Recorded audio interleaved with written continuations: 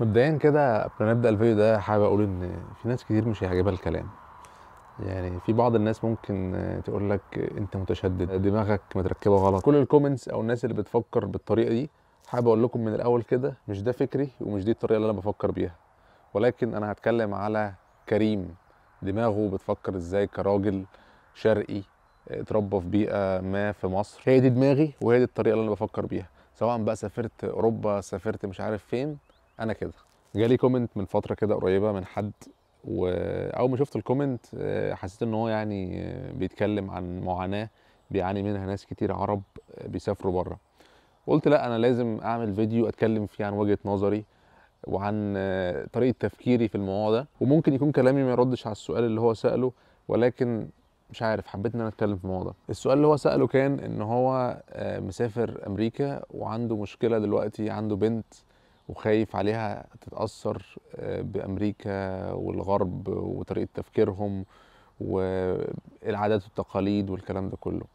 فكان كاتب يعني اعمل ايه او ايه اللي ممكن اعمله بعيدا عن الدين، ممكن اغير من طريقه تفكيرها او اثر عليها تاثير ايجابي اخليها متمسكه بعاداتنا وتقاليدنا. خليني احكي لكم عن اليوم اللي انا عرفت فيه ان مراتي حامل في بنت حنين. لما مراتي رحنا كشفنا وعرفنا ان احنا ربنا هيرزقنا ببنت، انا طبعا كنت طاير من الفرحه. يعني عايز بقى بنت العب معاها وتملى البيت عرايس ومش عارف ايه وكده. في نفس الوقت كنت دايما اعرف ان البنات بيبقوا قريبين قوي من باباهم، بيبقى في كده علاقه بين البنت وباباها غير الولد وباباه. فالصراحه كنت متحمس جدا وكنت يعني متطلع قوي لليوم اللي هي تتولد فيه، ولكن في نفس الوقت اليوم اللي هي اتولدت فيه اتولد جوايا مخاوف. بنتي مولوده هنا في انجلترا، انا ليا طريقه تفكير معينه، هخاف عليها وهخاف على مستقبلها ومش عارف هتبقى عامله ايه وهتبقى عامله ازاي والكلام ده كله. خصوصا ان انا ككريم راجل بغير قوي، بغير على مراتي، بغير على اختي، بغير على امي، بغير على بنتي جدا.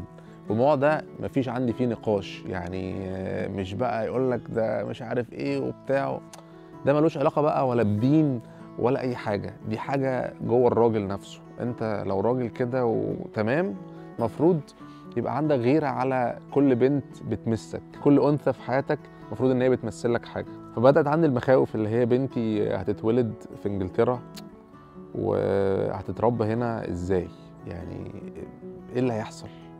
خايف من المستقبل، خايف من اللي هيحصل.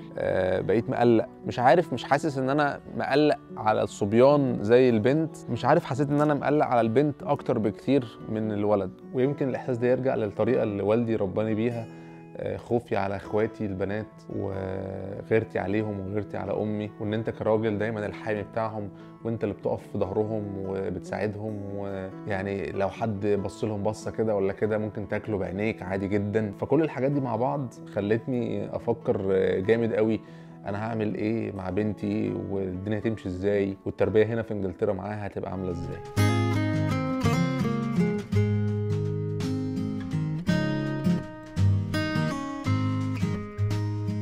في الحقيقه دخول حنين بنتي حياتي كان ليه تاثير يعني غريب، اول مره احسه. لان البنت مختلفه تماما عن الولد في عيشتها نفسها جوه البيت. تلاقيها دايما احيانا عايزه تقعد لوحدها، تروح تلعب بالعرايس، تقعد قدام المرايه تمثل اكنها بتحط ميك اب، مش عارف تمثل انها تعمل الحاجات اللي هي خاصه بالبنات دي. وغير كل ده البنت حنينه قوي على باباها، يعني ما تلاقيش مثلا واحد من الصبيان يجي يحضنك وبتاع، لا حنين تيجي، ممكن تيجي تقعد تحضنك تقول لك يا بابا بحبك، يا بابا وحشتني، مش عارف ايه. ممكن تعيط مثلا لو انت مسافر، في مشاعر كده مش موجوده عند الشباب خالص. فحنين يعني من جوايا غيرتني كتير.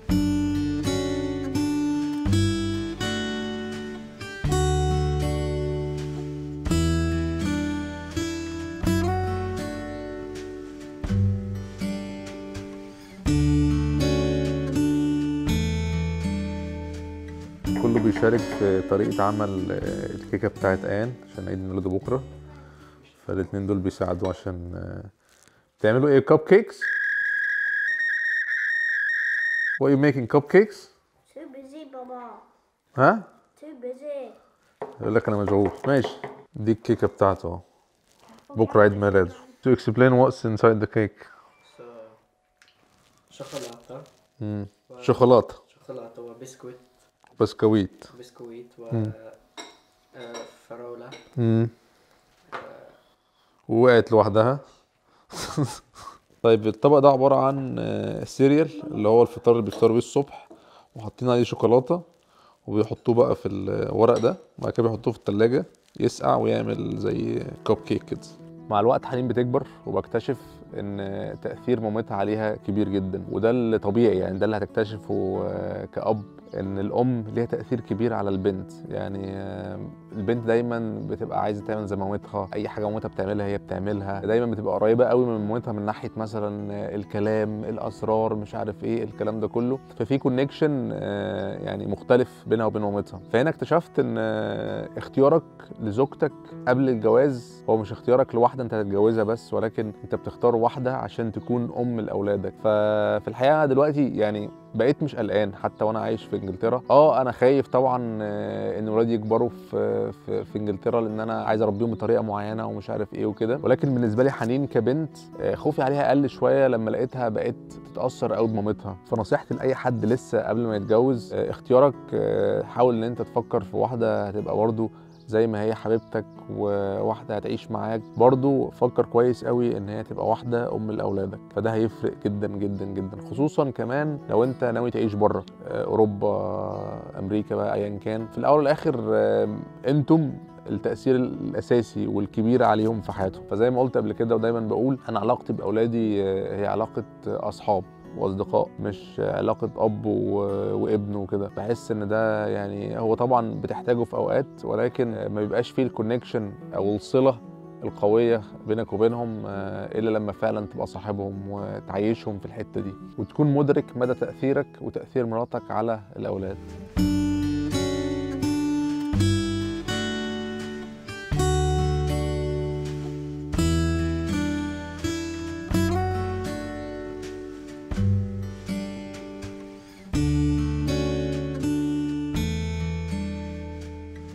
باختصار وردا يعني على سؤال الحد اللي سأل على موضوع ان هو خايف من ان بنته تكبر بره، بص طبعا من حقك تخاف، لان الدنيا بره مختلفة، العالم بره مختلف، وياما الواحد سمع عن حكايات ناس بناتهم مثلا كبروا واتجهوا اتجاه مختلف عنهم، فلا يعني اكيد لازم تخاف.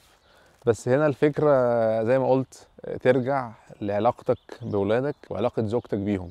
علاقتكم انتوا الاتنين هتفرق جدا معاهم، وهتفرق جدا مع التربية بتاعتهم، وخصوصا زوجتك.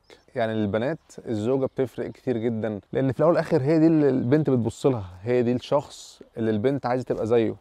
انا عايز ابقى زي ماما، حتى من هم صغيرين بتلاقيهم بيعملوا نفس الادوار. البنت عايزة تطبخ فتجيب لعب على شكل مطبخ، ماما مش عارف بتحط مكياج فانا عايزة اعمل زيها. يعني نفس الحاجات اللي الام بتعملها هتلاقي البنت بتعمل زيها.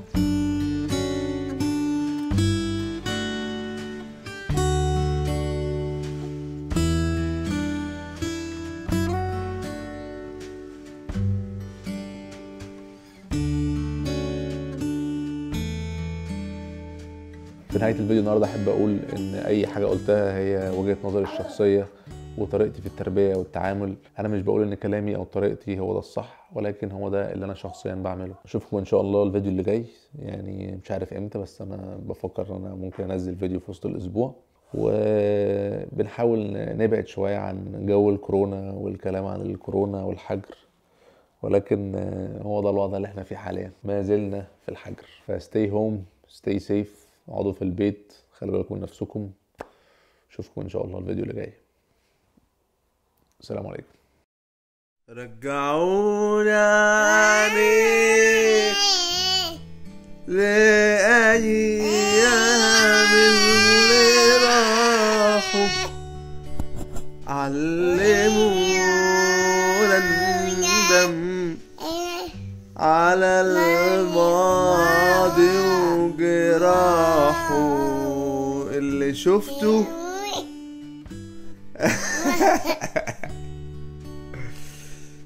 قبل ما تشوفك عينيا عمري ضايع